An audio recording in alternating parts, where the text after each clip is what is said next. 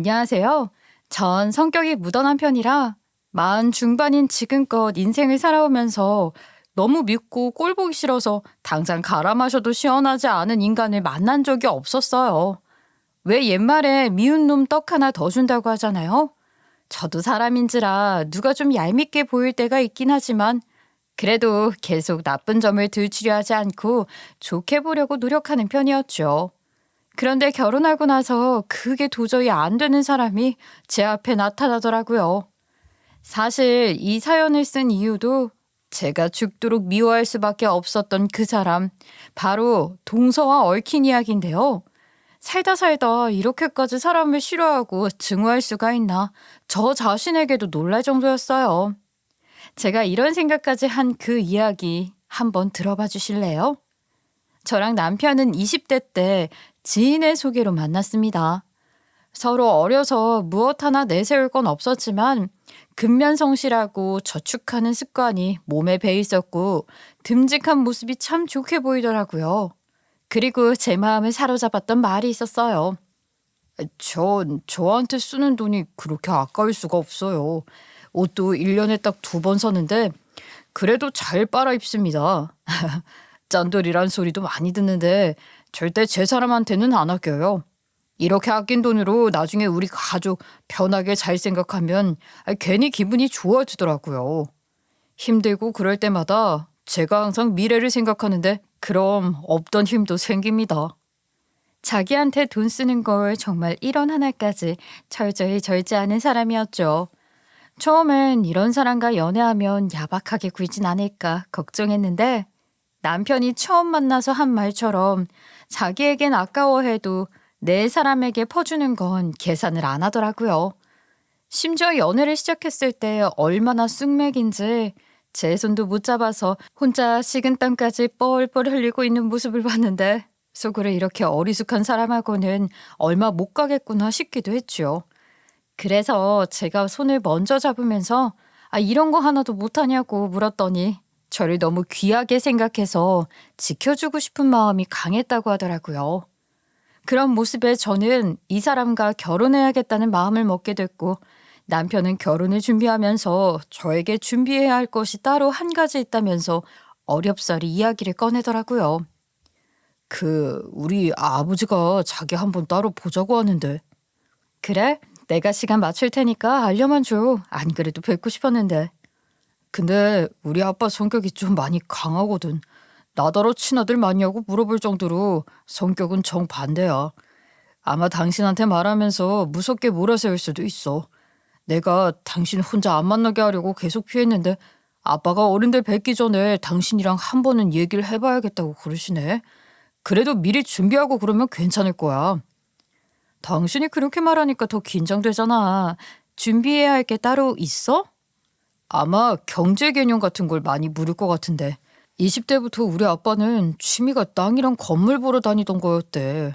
물려받은 재산 하나도 없이 혼자 힘으로 투자해서 키우고 하면서 지금까지 온 거라서 사채 안 하고 개념이 바른 사람을 좋아하셔. 긴장할 거 없이 그냥 당신 평소처럼만 하면 될 거야. 알았어. 꼭 시험 준비하는 것 같네. 미안해. 내가 어떻게든 단둘이 보는 일 없게 하려고 했는데. 말을 하지. 이게 피한다고 될 일이야? 잘 모르면 모른다고 하고 부족한 건 앞으로 배우고 채워가겠다고 하면 돼. 원래 어른들 앞에선 꾸미고 거짓말하는 게 다 보여서 그냥 솔직하게 대답하는 게 답이더라고. 아유 정말 괜찮다니까. 어쩐지 아버님이 날 마음에 안 들어해서 집에 오라는 말도 한 번을 안 하나 하고 혼자 서운했거든. 이렇게라도 미리 인사드리면 좋지. 그건 절대 아니야. 혹시 아빠가 언성 높이고 무슨 말 하더라도 너무 상처받지 말고 내가 문 앞에서 기다리고 있을게. 괜찮아. 혼자 갔다 오면 돼. 당신이 그렇게 하는 건 나를 더 바보로 만드는 거야. 저는 한 번은 넘어야 할 일이라고 생각하고 받아들였어요. 사실 남편은 시아버지랑 본인이 다르다고 생각하는진 몰라도 이미 연애 때부터 아버님으로부터 굉장히 엄격하게 아끼면서 몸으로 경제관념을 익혀왔다는 걸 느꼈거든요. 그렇게 처음 인사를 간 자리에서 시아버지 눈도 제대로 못 쳐다보고 있었어요. 남편 이야기를 들어서 긴장하기도 했지만 유독 눈빛이 매섭고 칼 같은 면이 강해 보여서 경직이 되더라고요. 그런데 시아버지가 입을 연 순간 너무도 인자한 목소리에 흠칫 놀랐습니다. 우리 아들이 자기한테 하듯 할까봐 꽁꽁 감추더라고. 그렇지 않아도 인사드려야겠다 싶었는데 너무 늦어서 죄송합니다. 그 녀석이 오기 전부터 겁을 많이 준 모양이네. 아유 어려워할 거 없어요. 그냥 내가 결혼 전에 아들 걱정되는 것도 얘기해주고 싶고 같이 잘 지내보자고 부른 거니까 긴장하지 말고 편하게 있어요. 예, 감사합니다. 이미 얘기 들어서 알겠지만 내가 고생을 좀 많이 한 편인데 이게 혼자 잘 먹고 잘 살겠다고 모은 돈은 아니에요. 아들 두 놈은 나처럼 안 살고 좀 편히 살았으면 하는 마음이었지. 부모라면 다 그러니까. 근데 요즘 들어 내가 그걸 후회해요. 왜요? 무슨 일이라도 있으셨어요? 우리 아들 둘 다 너무 물러 터진 것 같아서. 아무리 세상이 좋아져서 부부가 같이 힘 모아서 산다고 해도 자고로 남자는 가장의 책임을 느끼고 짊어지고 살아야 하는 법이거든. 그런데 첫째는 사내답지 않게 약해 빠져서 걱정이고 둘째는 아직도 철이 안 들어서 사고나 치고 다니니 원. 이렇게 만든 게 다 내 탓 같아요. 아니에요. 그런 생각 안 하셔도 돼요. 저 아버님 뵙고 나서 느낀 건데요. 남편이 아버님을 많이 닮았어요. 말하는 게 부드러워서 그렇게 보일 뿐이지 그 사람 외유내강이에요. 속이 얼마나 강한데요. 그래요? 그렇다면 다행이네. 저도 정말 많이 배우고 의지했어요. 그 듬직한 게 좋아서 제가 결혼까지 생각한 건데요. 그리고 아버님은 제 앞에 통장 하나를 내밀더라고요. 이제 우리 식구니까 말 편하게 아마. 이건 내가 두 녀석 결혼할 때 주려고 여태 모았던 거니까 이거 받아도 돼. 결혼 준비할 때 부족함 없이 하고 싶은 게 있으면 뭐든지 해. 한 번뿐인데. 사실 먼저 간 우리 집사람하고 나는 식도 못 올리고 살았는데 그게 여자한텐 평생 한으로 남는 모양이더라고. 그러니까 아쉽지 않게 하고 싶은 거 해. 아버님, 이걸 왜 저한테... 그리고 너무 많습니다. 돈 쥐고 앉아서 죽을 날 기다리면 무슨 소용이야. 사람이 쓸 때는 써야지. 안 그래? 나랑 45년을 살아도 결혼식 못해서 한매 쳤다는 집사람 얘기 듣고 나중에 우리 집 며느리 들어오면 최고로 해줄 수 있는 만큼 다 해줘야겠다 마음 먹었거든. 그런 일이 있었군요. 근데 전 결혼에 큰 욕심이 없어요, 아버님. 공평하게 줄 거니까 받아요. 나중에 둘째도 결혼할 때 똑같이 주려고 똑같이 나눠놨어. 그냥 어른이 주는 용돈이라 생각하고 넣어도 아무리 생각해도 내가 그놈 줬다간 그 생각 없이 쓸 것 같아서 일부러 자네한테 주는 거야. 그럼 감사히 받겠습니다. 솔직히 아버님, 저는 결혼식 준비하면서 눈먼 돈이 너무 드는 것 같아서 아깝다는 생각이 들더라고요. 하루 드레스 좋은 거 입고 꾸미는데 욕심내는 것보단 저희 둘이 아버님께 손 안 벌리고 잘 사는 모습 보여드리도록 할게요. 꼭 필요한 곳에 잘 쓰도록 하겠습니다. 그래, 기특하네. 우리 집 첫째가 잘 들어왔네. 아버님께 말한 그대로 사실 저는 결혼식을 성대히 올리고 싶지 않았어요. 고작 그 하루에 낭비하는 게 많다는 생각이었죠. 그래서 아버님이 주신 2억이란 큰 돈을 집 마련하는 데 보탰습니다. 그리고 아무 걱정 없이 단란한 신혼집을 살 수 있도록 해준 아버님께 감사한 마음뿐이었죠. 그런데 결혼하고 얼마 안 지나서 보니 시동생이 이 집안에서 큰 골칫덩어리더라고요. 아버님이 그날 후회한다는 말이 어떤 건지 짐작이 갔습니다.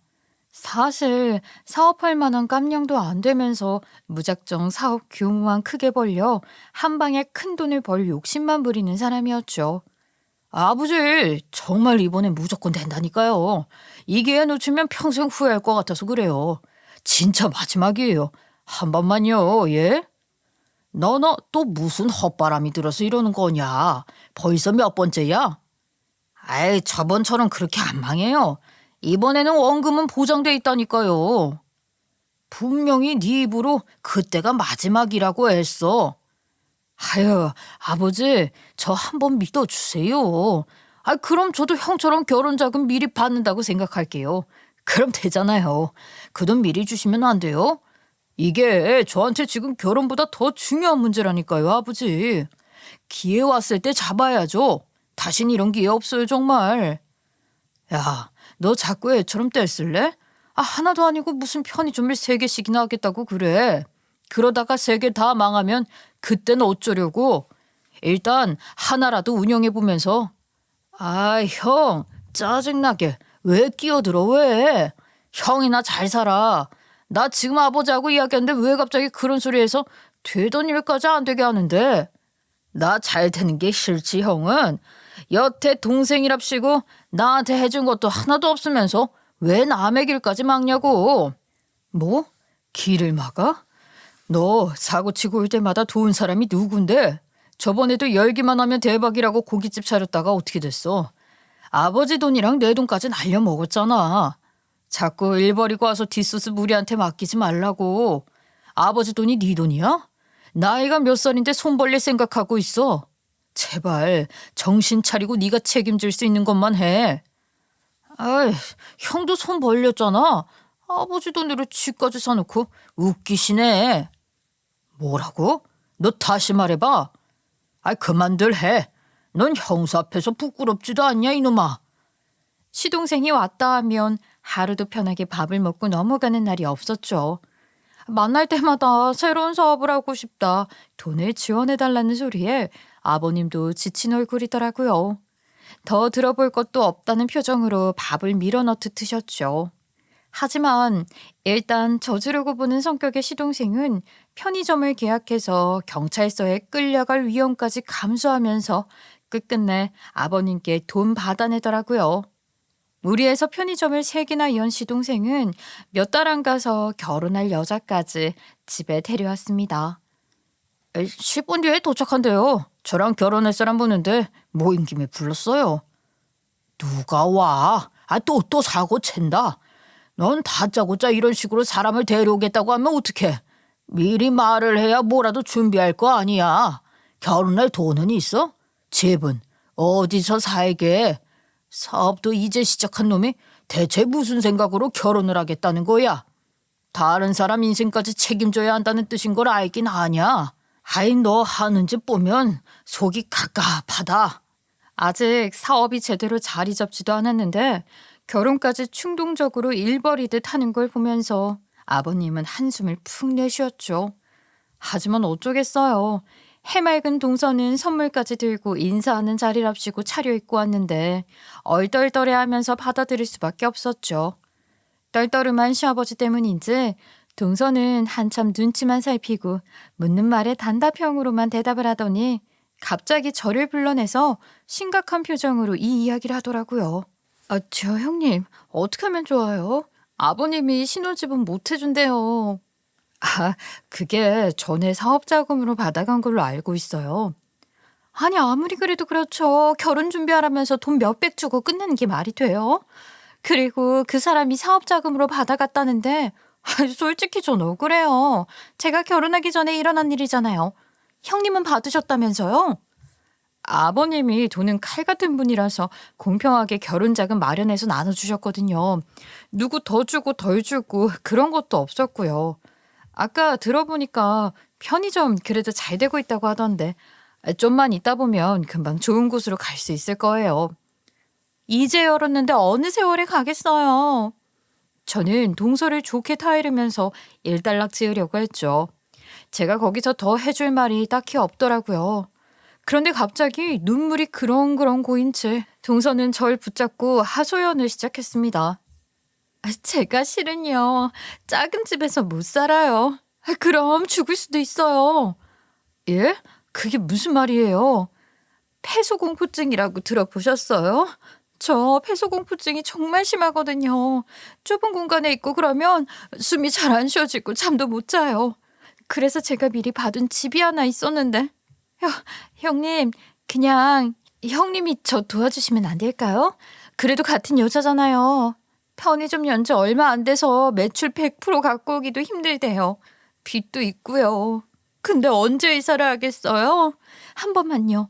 제 목숨 살려준다고 생각하고 부탁드려요. 그리고 저를 찾아서 밖으로 나온 남편이 동서가 애원하고 있는 모습을 보더니 조심스럽게 다가와서 무슨 일이냐고 묻더군요. 그러자 동서는 제가 안 된다고 생각했는지 갑자기 남편에게 붙어 공략을 하기 시작하더라고요. 마음 약한 남편은 어쩔 줄 몰라 하고 있었죠. 아주버님, 저 좀 살려주세요. 이번이 처음이자 마지막이에요. 제가 얼마나 제 목숨 걱정이 되면 이렇게까지 사정하겠어요. 도저히 아버님한테 말할 용기가 안 나서 그래요. 그러니까 저희 조금만 넓은 데서 시작할 수 있게 도와주세요. 가게 조금만 안정 찾으면 바로 갚을 수 있어요. 제가 책임지고 매달 조금씩이라도 갚을게요. 예? 아유, 일단 우리가 가서 얘기를 해봐요. 방법이 없진 않을 겁니다. 그런데 집안에선 아버님과 서방님이 언성을 크게 높이면서 싸우고 있더라고요. 내가 안 된다고 하면 안 되는 거야. 네 형은 그런 돈 받아간 적도 없다. 가게 잘 된다니까요. 1년 안에 갚는다잖아요. 아빠는 왜 나를 못 믿어요? 형처럼 욕심 없이 근근히 살 생각하면 나도 이런 일 없죠? 다른 것도 아니고 저 사람 폐소공포증 때문이라는데 불쌍하지도 않아요? 네 마누라는 네가 책임져야지. 그러게 집 한 칸 마련할 능력도 없으면서 결혼부터 해? 너 이놈의 자식 양심은 있냐? 여태 형보다 몇 배는 더 받아갔으면서 경찰서까지 나 불러서 돈 뜯어간 게 2달도 안 됐다. 가서 그냥 사기죄로 잡아가라고 할까? 그래야 입을 닫을래. 아버지가 절 잡아가라 하겠다고요? 참나, 이런 게 무슨 가족이야. 어떻게 아버지가 그런 소리를 할 수 있어요? 그래도 저 아버지 아들이잖아요. 네가 무슨 소리를 해도 너한테는 돈 주는 일 없어. 그게 끝인 줄 알아. 제가 어떻게 살든 상관없다 그거죠? 예, 잘 알았습니다. 이참에 그냥 영 끊쳐. 얼마나 아버님과 크게 다투고 얼마나 감정이 많이 상했는지 집에 동서까지 남겨두고 혼자 가버렸더라고요. 번번이 가족끼리 모일 때마다 이런 일이 터지니 저도 착잡했죠. 차로 동서를 바래다주고 남편과 돌아오는 길에 저에게 이 얘기를 어렵게 꺼내더라고요. 여보, 그냥 우리가 도와주자. 솔직히 내 동생 봐서는 도와주고 싶은 마음이 없는데 재수 씨가 시집 오자마자 고생할 거 생각하니까 마음이 그러네. 아까 보니 아버지는 절대 도와줄 것 같지도 않고. 그거 알지. 가족 간의 돈거래가 더 힘든 거. 빌려준다고 해도 나중에 못 받는 셈 치고 준다고 생각해야 하잖아. 액수가 너무 크니까. 매달 이자만 해도 얼마야? 당신 정말 괜찮을 것 같아? 사람이 그 정도로 힘들다는데 안쓰러워서 어떻게 보고만 있어. 일단 우리 집 담보로 대출 받아서 최대한 보태주자. 편의점도 있으니까 꼭 갚으라고 해야지. 그래도 내가 장남인데 이럴 때 동생을 도와줘야지. 응? 그래, 장남 만났더니 고생길이 열렸네. 미안해 여보. 남편과 전 힘들어질 걸 알면서도 사람 하나 살리자는 생각으로 대출을 받았어요. 우리만 집 있다고 편히 살 수 없을 것 같았거든요. 결국 다달이 나가는 이자에 힘들어진 저는 마트에서 청소 일을 시작할 수밖에 없었죠. 동서 하나 때문에 허덕이며 살게 된 게 분통이 터질 수밖에 없었어요. 사실 그때만 해도 정말 몰랐습니다. 사실 사고뭉치 서방님보다 더 큰 문제는 동서에게 있었다는 사실을요. 그날 동서가 저와 남편을 붙들며 애원하던 그 얼굴이 가짜였다는 걸 얼마 안가 알게 된 뒤부터 전 발등을 찍고 싶은 심정이었어요. 누가 다시 그때로 돌아갈 수 있게 되감기 버튼을 누를 기회만 준다면 뭐든 하겠다고 말하고 싶었습니다. 점점 동서가 꼴 보기 싫어졌지만 그래도 아버님 생신날에는 어쩔 수 없이 봐야 했죠. 형님, 올해 아버님 생신은 저희가 다 준비할게요. 형님은 그냥 몸만 오세요. 근데 아버님이 형님 바쁜 것 같다면서 많이 궁금해하더라고요. 요즘 아버님 몸 상태도 안 좋은데 좀 챙기시지. 그래도 형님은 아버님 덕에 지금껏 편하게 살았는데 은혜를 잊어버리면 안 되죠. 동서나 잊어버리지 마. 근데 아버님 자주 찾아가나 봐? 갑자기 왜 그래? 동서답지 않게. 요새 아버님 챙기는 사람 저밖에 없어요. 형님이 있어도 손 놓고 있으니까 집안이 잘 돌아가겠어요. 힘들어도 참고 빈자리 메꾸는 거죠. 나 대신해서 애쓰네. 내가 동서를 이번에 다시 봤네. 그래서 아버님 생신날도 제가 호텔 중식당으로 예약해놨어요. 여기 탕수육만 해도 10만 원이 넘거든요. 형님 밥 한 번 먹고 나면 한 달은 손가락 쪽쪽 빨고 사셔야 할 것 같아서 그냥 저희가 다 내기로 했어요. 고맙죠? 그래? 나 사는 걱정까지 해주고 고마워서 눈물이 다 나려 하네. 근데 동서는 여태 아버님하고 그렇게 가까이 지냈다면서 그런 것도 몰라? 아버님 중식 안 드셔 더부룩하다고. 아버님 생신인데 아버님 좋아하시는 걸로 해야지. 그날이 동서 생일이야? 예?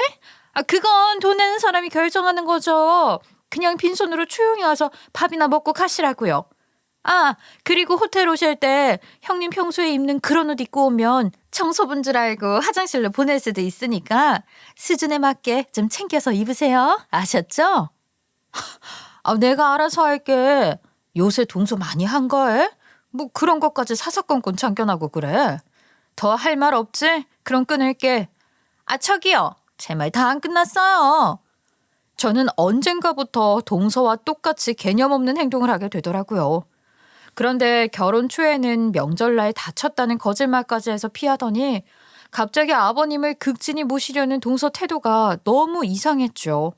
이젠 아버님한테까지 똑같은 짓을 하려는 걸까? 동서의 실체를 밝혀야 하나 고민이 될 정도였습니다.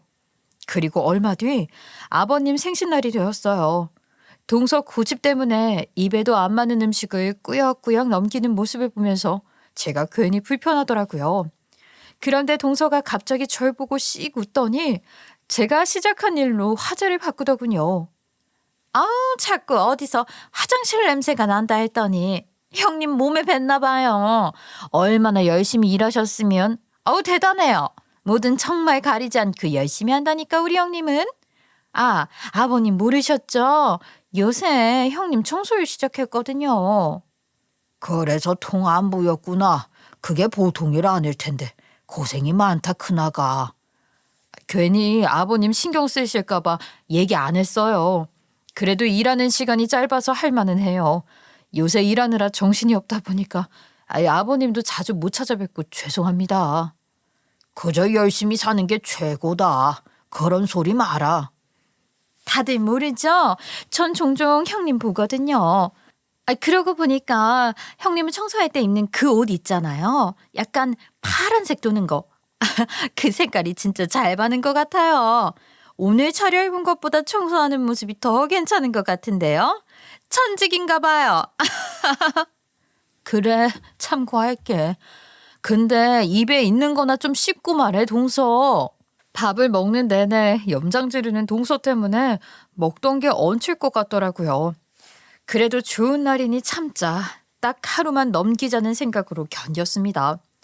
서로 불편한 분위기 때문에 대화도 없이 한참 밥을 먹다가 동서와 둘이 남았을 때 저는 이 이야기를 꺼냈어요. 동서, 이 얘기를 내 입으로 먼저 꺼내게 될 줄 몰랐는데 이자는 안 바라니까 빌려간 돈 올해부터는 조금씩이라도 갚았으면 좋겠어. 이제 동서도 여유 있잖아. 동서가 그땐 매달 갚는다고 하더니 매출도 잘 나온다면서 2년 기다려줬으면 된 거 아니야? 돈 급하세요? 아유 낙해라. 뭔 소리야? 동서가 빌려간 돈 갚으라는데. 어디에 쓰셨어요? 아니 어디다 쓰시려고요? 형님이 그 돈 어디에 쓸지 솔직하게 말하면 제가 한번 생각해 볼게요. 솔직히 콩나물값만 있으면 되지 않아요? 형님 수준에 갑자기 무슨 돈이 필요한데요? 설마 청소 다니면서 명품 가방이라도 들고 나가시게요? 거기 안에 세제 담아가면 진짜 코미디가 따로 없겠다. 말 조심해. 화장실 들어가고 나올 때 다르다고. 사람이 이러면 안 되지. 그때 폐소공포증이니 어쩌니 하면서 가짜는 이유 만들어서 돈 받아가서 여태 편하게 잘 살았으면 동서 입으로 한 말은 지켜야 하는 거 아니야? 어머, 전 기억이 하나도 없는데 제가 무슨 말을 했어요? 우리가 미쳤다고 그런 돈을 그냥 줘? 다다리 갚는다고 동서가 분명히 약속했잖아. 뭐 기억 안 난다고 잡아뗄 셈이야? 형님, 아씨 조용히 좀 하세요. 호텔 와서 밥 처음 먹어보죠. 우리 형님 지켜야 할 예의를 전혀 모르시네. 그리고 형님은 방법이 틀렸어요. 돈이 필요하면 저한테 찾아와서 자존심 버리고 싹싹 비는 게 낫죠. 이렇게 큰 소리 치면 제가 차일도 도와주겠네요. 그리고 무슨 약속? 머리 나쁜 건 알겠는데 기억력도 안 좋으시네요. 그때 아주버님이 제 상황 듣더니 잘 쓰라고 하면서 얼마 안 되는 돈 그냥 보태준 거잖아요. 잊으셨어요? 얼마 안 돼? 옛말에 잘 될수록 고개 숙이라고 했어. 편의점 잘 되고 했으면 동서 힘들 때 도와준 사람한테 말 한마디라도 고맙다고 해야지. 우리도 그때 여유 없었지만 동서 생각해서 집까지 걸고 빌린 돈이었어. 근데 그게 아무것도 아니야? 어떻게 입 딱 씻고 이렇게 나올 수가 있냐고. 동서 진짜 뻔뻔하다. 뻔뻔하면 형님이 한 수 위죠. 5성급 호텔에 화장실 냄새 풍기고 온 형님이 더 뻔뻔하지 않나? 야, 뭐라고? 넌 진짜 말로 해서는 안 되겠구나. 너 나와. 어머, 형님. 아버님 오시면 어떡하려고요? 앉아요. 아버님 생신날 머리채라도 잡으시게. 무식한 사람이 목소리만 크면 이기는 줄 안다더니 딱 그 짝이네. 형님이 머리를 그렇게 달고 다니니까 돈이 안 붙죠? 방법 좀 알려드려요. 저 같으면 청소 때려치우고 당장 아버님 찾아가서 칭송하는 척 하겠어요. 돈 나올 때가 바로 코앞에 있는데 왜 사서 고생해요? 동서의 말을 듣자마자 요즘 들어 매일같이 아버님을 찾아뵙고 있다는 이유가 왜인지 알겠더라고요. 너 지금 그 생각으로 아버님 찾아가는 거야? 예? 제가 언제 그랬어요? 이해력까지 딸리나 봐. 아니 변기 닦고 더러운 거 안 봐도 되는 아주 쉬운 방법이 있다고 알려드린 것뿐이에요. 쉬워 보이나 봐. 근데 내가 아는 아버님은 네 가식적인 행동에 속아 넘어갈 뿐 절대 아니야. 괜히 알랑방귀 뀌면서 허튼 짓 했다간 바로 아버님 찾아가서 말할 거니까 그렇게 알아? 우리 형님 너무 무섭다. 내가 앞으로 조심해야겠네. 저는 진짜 태어나서 이렇게 잘근잘근 씹어버리고 싶은 미운 인간은 본 적이 없었습니다. 처음에는 안쓰러운 마음이 들어 동서가 힘들어하니 못 받는 셈치고 돕자는 생각이었는데 형편이 나아질수록 본인들 목구멍만 채우는 꼴을 보니 저도 끝까지 쫓아가 받아내고 싶더라고요. 그런데 기억까지 제멋대로 조작해서 남편이 선뜻 준 돈에 얼마 되지도 않았다면서 1억이 넘는 액수를 받고도 그렇게 우겨대는데 이가 부득부득 갈리더라고요. 돈도 돈이지만 다시는 저 얼굴 안 보고 싶다는 생각을 하던데 일하다가 동서를 마주치고 말았어요. 형님, 오늘 일하시는 날이었어요? 전 장 보러 왔는데 여기가 과일이 신선하다고 들어서요. 진짜 그래요? 아이쿠, 형님은 안 사 먹어봐서 잘 모르겠구나. 그냥 제가 가서 볼게요. 근데 형님, 저 진짜 대단하지 않아요? 뭐가? 사람들 시선 신경 안 쓰고 형님한테 먼저 인사까지 하잖아요. 솔직히 청소부로 일하는 수준 낮은 사람한테 아는 체 할 사람은 아무도 없을걸요. 저는 워낙 성격 좋고 편견이 없으니까 반갑게 인사하고 그러는 거죠. 안 그래요? 청소부로 일하는 사람이 어떤데 누가 동서더러 아는 척 해달라고 했어? 근데 동서는 정말 모르는 거야. 모른 척하는 거야. 내가 누구 때문에 여기서 이 고생을 하는데.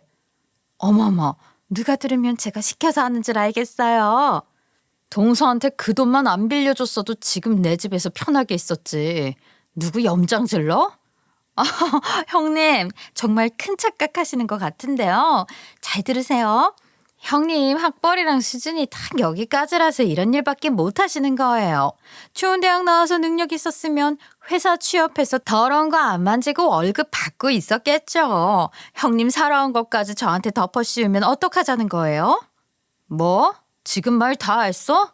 돈도 안 갚는 주제에? 여기 청소부가 너무 불친절하다. 고객한테 막 큰 소리를 치네. 확 신고해버릴까 보다. 벌써 직원 뛰어오네. 형님 보셨죠? 형님하고 제 위치가 이렇게 달라요. 형님 인생 바닥으로 떨어진 것까지 저를 탓하면 안 되죠. 하던 일이나 하세요, 청소부 아주머니. 돈은 어차피 갚을 생각이 없다 치더라도 만날 때마다 끝을 모르고 비아냥대는 말을 듣고 있는 게 너무 힘들었어요. 남편도 이 이야기를 해줬더니 더 화를 냈고 급기야 우리는 나중에 시댁에 모이는 것도 피하자는 결론을 낼 수밖에 없었죠. 아버님께는 한없이 죄송한 마음이었지만 동서를 보고 나면 속이 뒤집히니 피하는 것만이 유일한 살 길 같았어요. 그러다 늦은 새벽에 걸려온 아버님 전화에 저도 모르게 눈물이 터지고 말았습니다. 이미 모든 걸 다 알고 있다는 듯한 목소리로 제게 이러시더군요. 내년부터는 명절이고 제사고 안 할 생각이다. 요즘 세상에 누가 그런 걸 챙긴다고.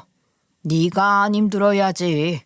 그러니까 미안해 할 거 하나도 없다. 너 잘 살아왔다는 건 하늘이 알고 내가 안다. 아버님 정말 죄송해요.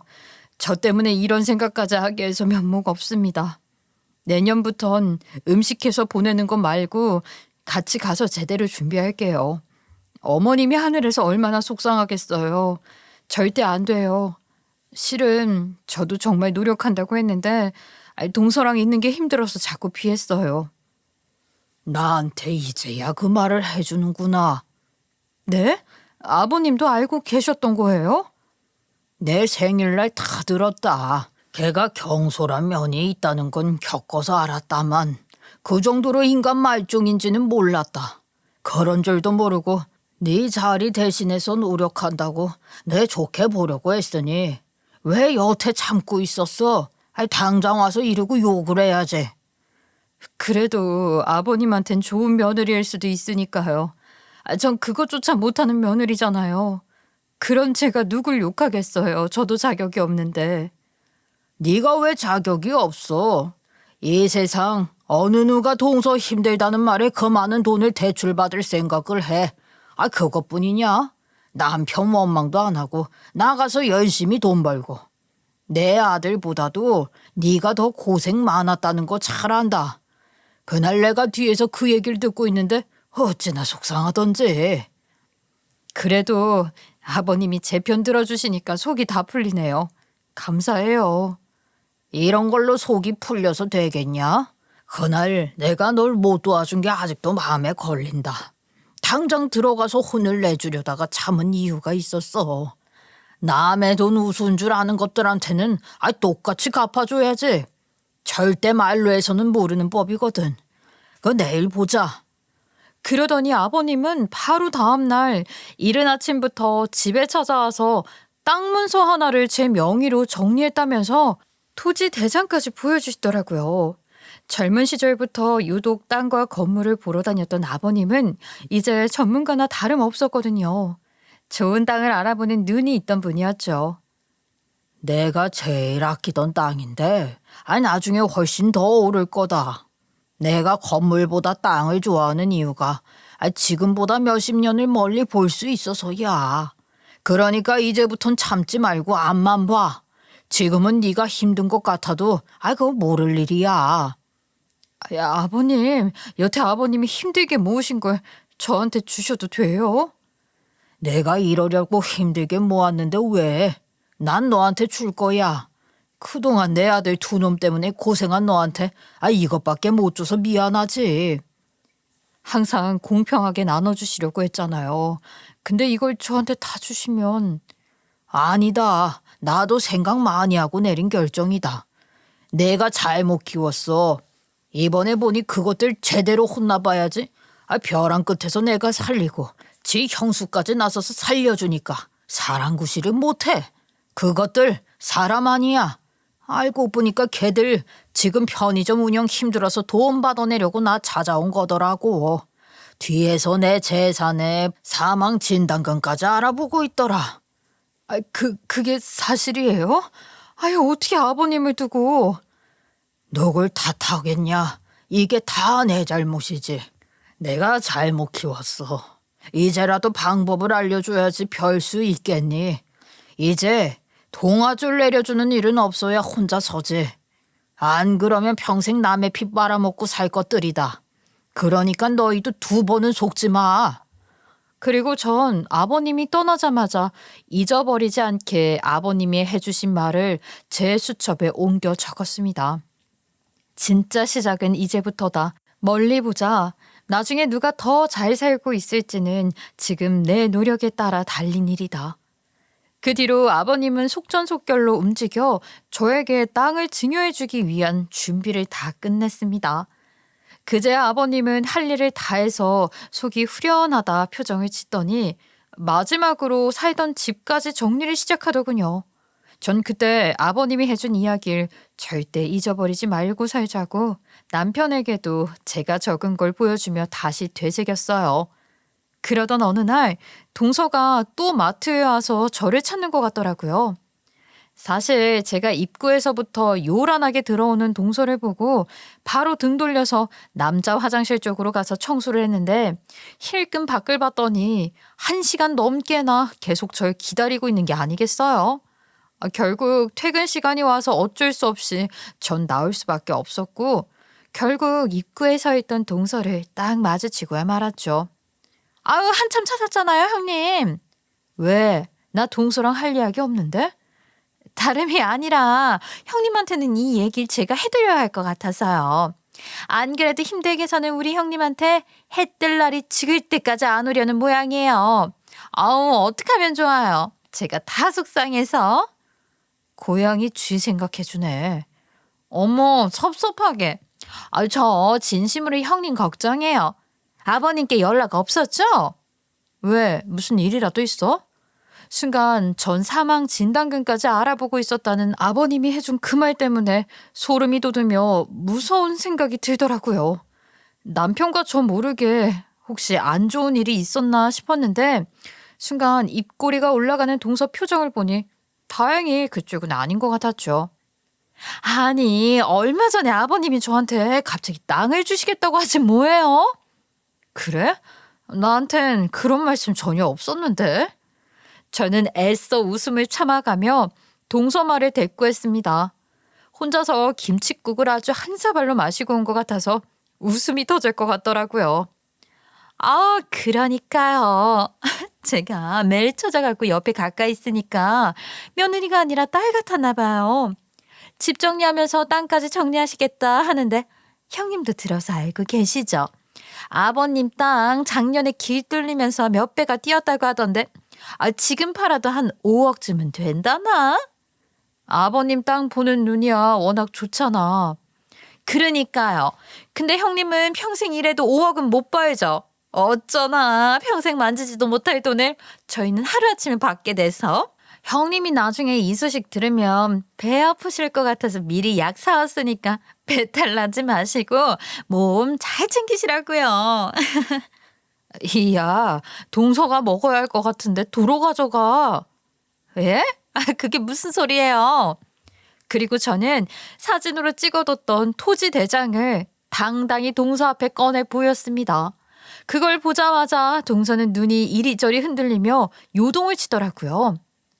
내 이름 보이지? 동서가 말한 그 땅이 이거였구나. 아유, 나도 이제 알았네. 아니, 이걸 대체 언제 받았냐고요? 그럼 저희는요? 아니, 아버님이 분명히 저한테도 땅 준다고 했는데 그럼 공평하게 나누던가. 그리고 멀쩡한 아들 놔두고 왜 형님한테 이걸 줬는데요? 왜요? 형님이 무슨 짓이라도 했어요? 형님은 여태 아버님 찾아오지도 않았잖아요. 그런데 왜 아버님 정신 어떻게 된 거 아니에요? 동서가 나한테 좋은 방법 알려준 날 다 들으신 모양이더라고. 예? 그날요? 아니, 그날은 형님하고 서로 싸우면서 아무 말이나 막 한 건데. 그 얘기를 굳이 그대로 믿으면 안 되죠. 아유, 형님 당장 가요.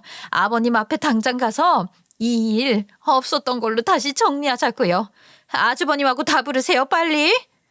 동서는 절대 이 일을 받아들일 수 없다는 식으로 어떻게든 아버님을 만나서 되돌려보려 부단히 애를 쓰더라고요. 그래서 전 동서가 원하는 대로 다 해줬습니다.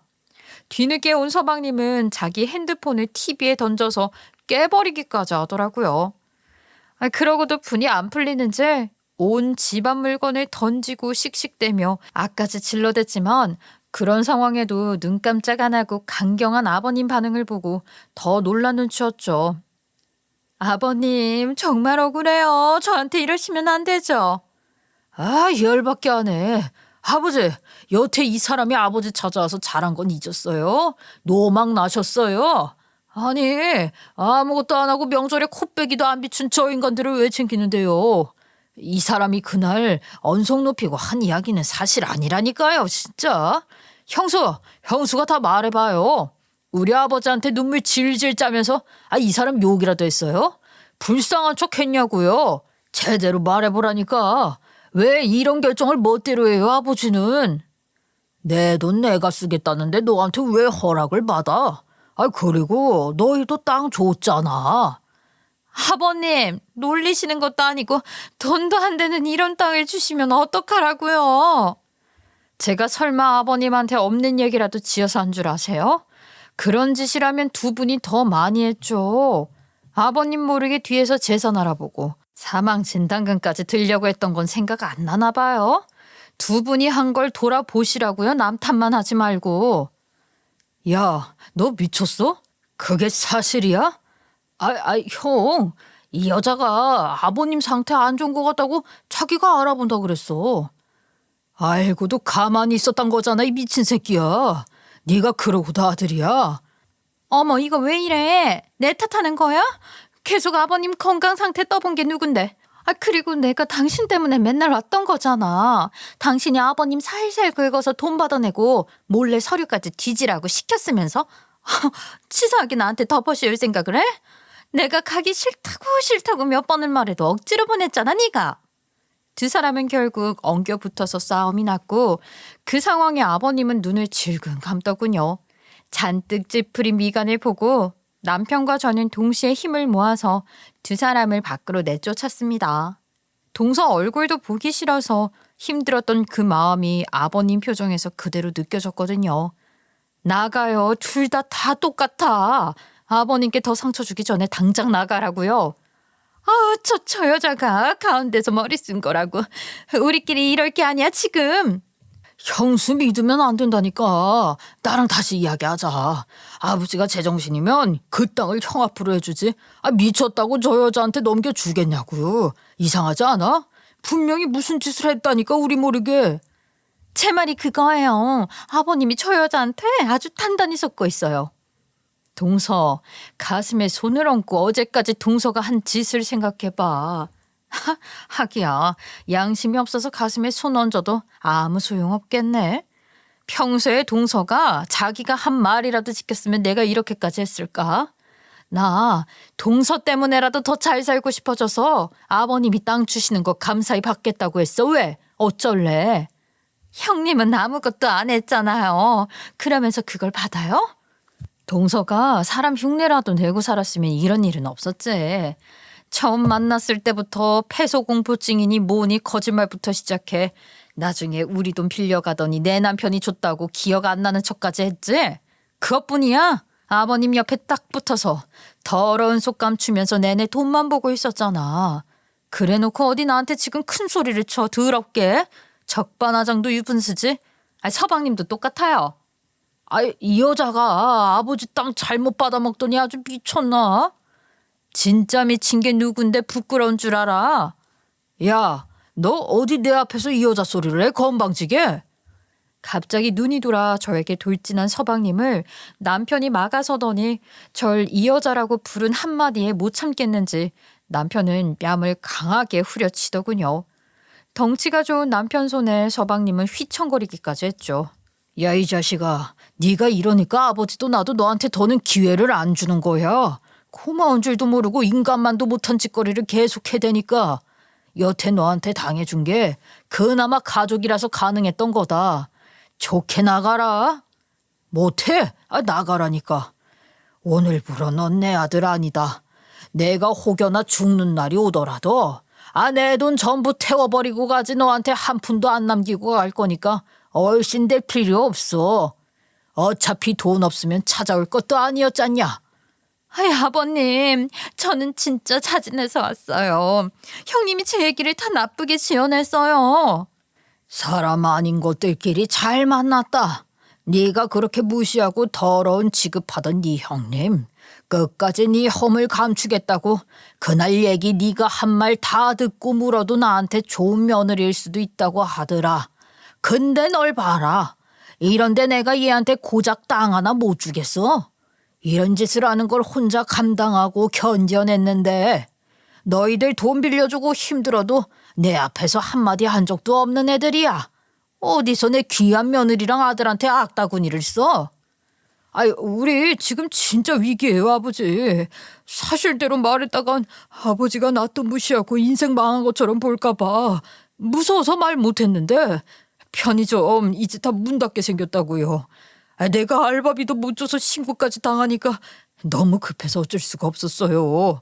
아이, 아버지, 빚만 남게 생겼는데 아버지까지 이러면 어떻게 살라고요? 제발 그 땅 팔아서 형하고 절반씩 나누게만 해주세요. 입이 닳도록 말했다. 골프 적당히 치고 가게 나가서 한 푼이라도 아끼라고.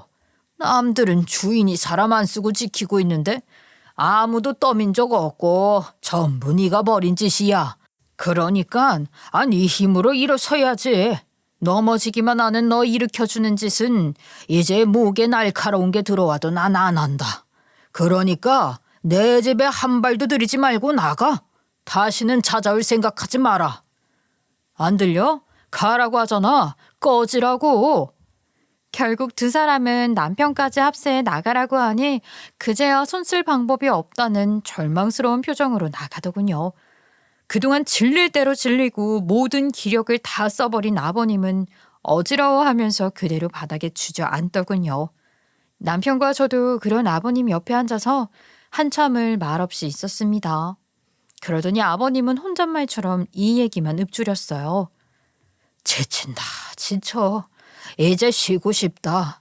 그냥 좀 쉬고 싶어. 남편과 저는 아버님이 그날 한 말처럼 아버님이 쉴 수 있는 한적한 시골로 보내드렸어요. 그런데 그날 이후로 남편과 제가 그 두 사람에게 시달리게 됐죠. 번호를 3번이나 넘게 바꿨는데도 어떻게 알아냈는지 문자랑 전화를 하루에 수백 개를 보내와서 살려달라고 하는데 나중엔 거머리 2마리로 보이더라고요. 땅을 반으로 나누자고 했다가 3분의 1만 달라고 했다가 아주 지긋지긋했습니다. 몇 번을 말해요. 그 땅은 제가 죽어도 팔 생각 없다고요. 그렇게 후회하고 달라졌으면 혼자 일어서는 법 좀 배우세요. 아버님이 잘못 키웠다고 후회 안 하게 진짜 달라진 모습을 보여주시라고요. 왜 본인이 이래서 해결할 생각은 안 하고 남의 돈 자기 것처럼 쓸 생각만 하세요? 전화 받는 건 오늘이 마지막인 줄 아세요? 저랑 남편은 그때와 아무것도 달라진 것 없이 그 생활을 유지하면서 열심히 살고 있어요. 마음은 전과 달리 좀 두둑해지고 어깨도 쫙 펴진 느낌이 드는데 현실은 어제와 다름없는 상황을 지키고 있죠. 지나보니 아버님 말이 정말 맞긴 한 게 저희한테 당장 건물이 생겼다면 일도 그만두고 게을러졌을 수도 있는데 땅은 이상하게 계속 미래를 생각하게 되더라고요. 언젠간 우리 가족에게 큰일이 생기거나 어려운 순간에 꺼낼 수 있는 재산으로 생각하면서 지내보려고 합니다. 어쩌면 그 땅은 아버님이 제 마음에 건강한 싹이 자랄 수 있도록 주신 귀한 양분이 아닌가 싶어요. 그런 마음으로 앞으로 더 현명하고 지혜롭게 살아가려고 합니다. 역시 가족 간에는 자식과도 돈 거래하는 게 아니라는 걸 뼈저리게 깨닫게 되었고 이 경험으로 더 이상은 호구처럼 안 당하고 살려고요. 여러분들도 만약 가족 간에 돈 거래할 일이 생기게 된다면 저를 통해 조금이나마 도움이 되셨으면 합니다. 물론 여러분들은 저보다 더 현명할 테니 이런 일이 없으실 테지만요. 제 긴 이야기 들어주셔서 감사드리고요. 매사에 행복한 일만 가득하시길 바라겠습니다.